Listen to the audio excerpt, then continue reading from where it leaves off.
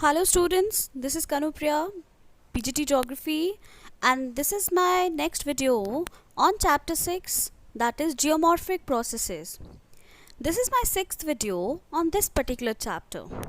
In my previous video, we had studied about weathering and its three groups, that is physical weathering, chemical weathering and biological weathering. After that, we had studied about the significance of weathering. So today we will discuss the next topics of this chapter. So let's start. Today's first topic is soil. Soil can be defined as a collection of natural bodies on the surface of the earth containing living or dead matter and supporting or capable of supporting plants. Soil is the dynamic medium in which many chemical, physical and biological activities go on constantly. Soil is a result of decay. It is also the medium for the growth. The science which deals with the study of soil is called as pedology, and the scientist who studies about soil is known as a pedologist.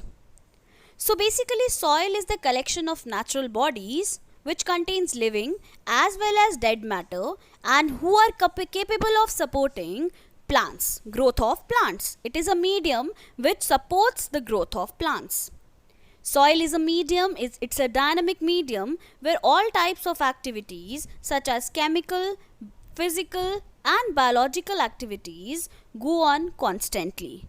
Soil can be called as the upper layer of the earth crust. It is also called as a living body because it supports the growth of plants.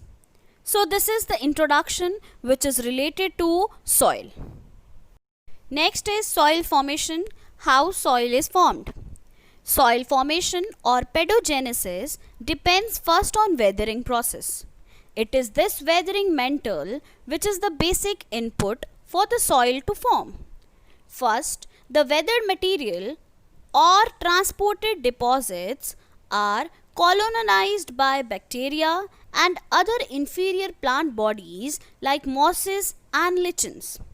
Also, several microorganisms may take shelter within the mantle and deposits. The dead remains of organisms and plants help in humus accumulation. Minor grasses and ferns may grow. Later, bushes and trees will start growing through the seeds brought in by birds and wind.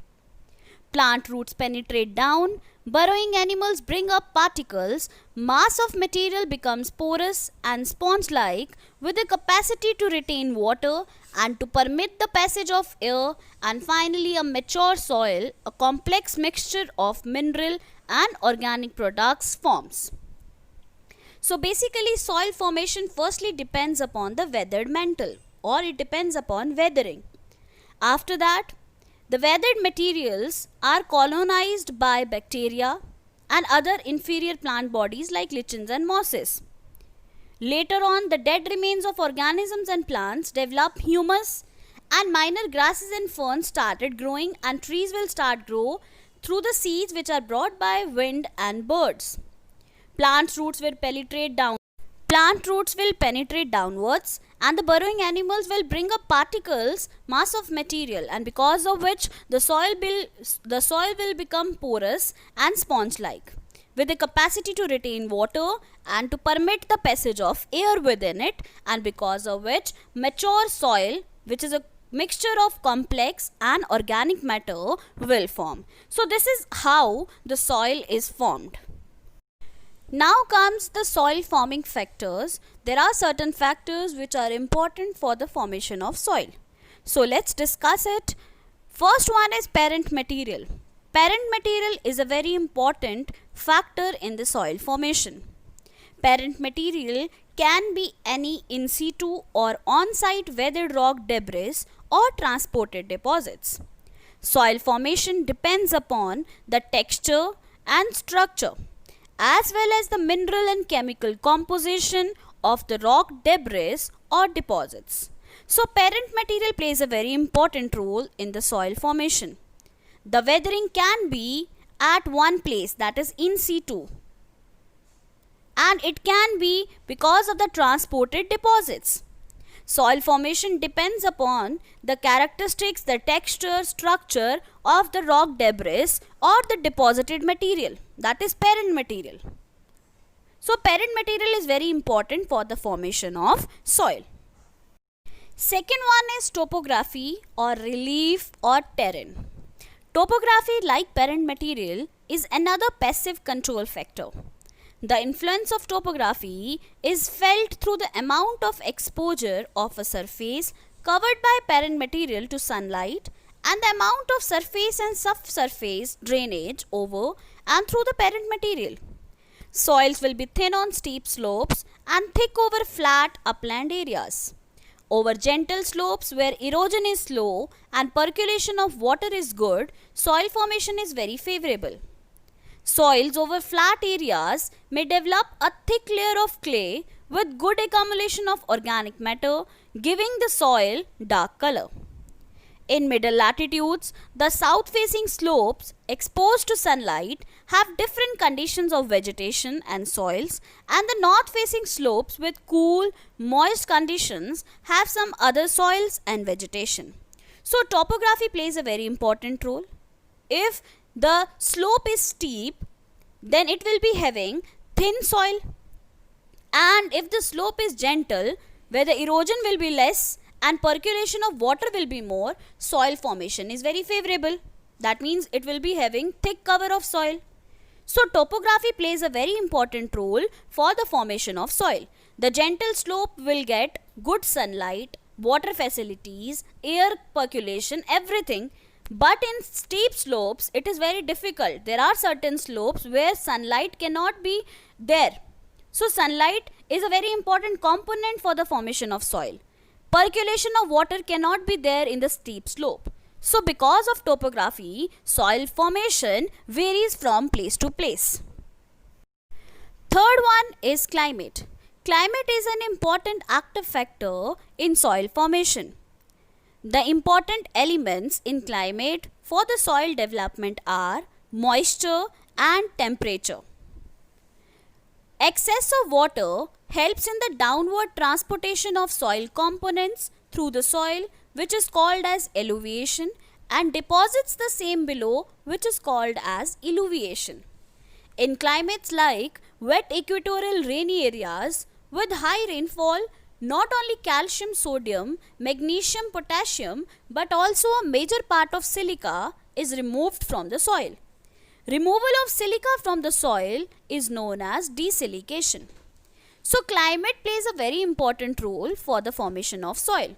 Both temperature and moisture, that is precipitation, is important for the formation of soil. But excess of water or moisture, that is precipitation, evaporation and humidity, or shortage of moisture, both will lead to unfavorable type of climate for the formation of soil. Same is with temperature also. So if the temperature will be high or the temperature is very low, both the conditions will not be conducive for the formation of soil. Excess of water will lead to the transportation of soil elements downwards, that is called as alluviation, and deposits the same down, which is called as illuviation. In the wet equatorial region where the rainfall is very high, that will lead to the removal of important minerals, that is calcium, magnesium, potassium, moreover silica.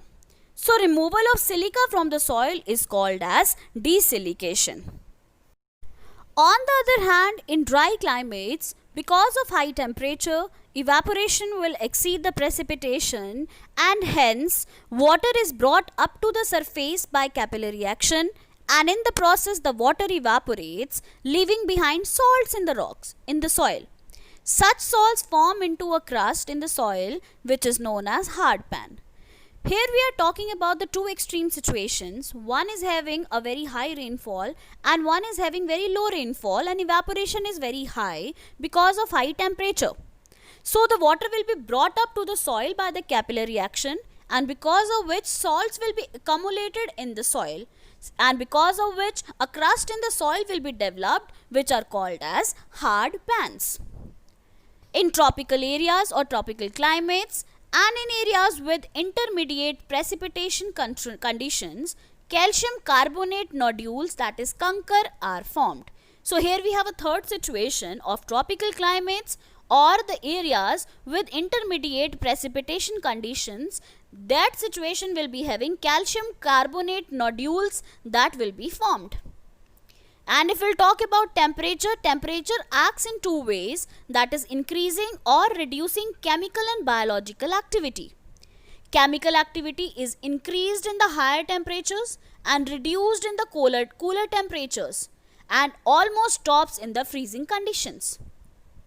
So these conditions, that is both precipitation and temperature, is very important for the formation of soil, but both of them should be conducive, not very less and not very high.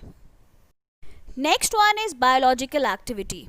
The vegetative cover and organisms that occupy the parent materials from the beginning and also at later stages help in adding organic matter, moisture retention, nitrogen, etc. For example, rhizobium bacteria helps in the nitrogen fixation, which is very important for the crops. Dead plants provide humus, the finely divided organic matter of the soil. Some organic acids which form during humification aid in decomposing the minerals of the soil parent materials. So biological activity is also important for increasing the fertility of the soil. We require vegetative cover as well as organisms for the organic matter, moisture retention, nitrogen, etc. Dead remains of plants helps in increasing the humus in the soil, which is very good for the fertility of the soil. So biological activity plays a very important role for the formation of the soil. Last important factor is time. Time is the third important controlling factor in soil formation.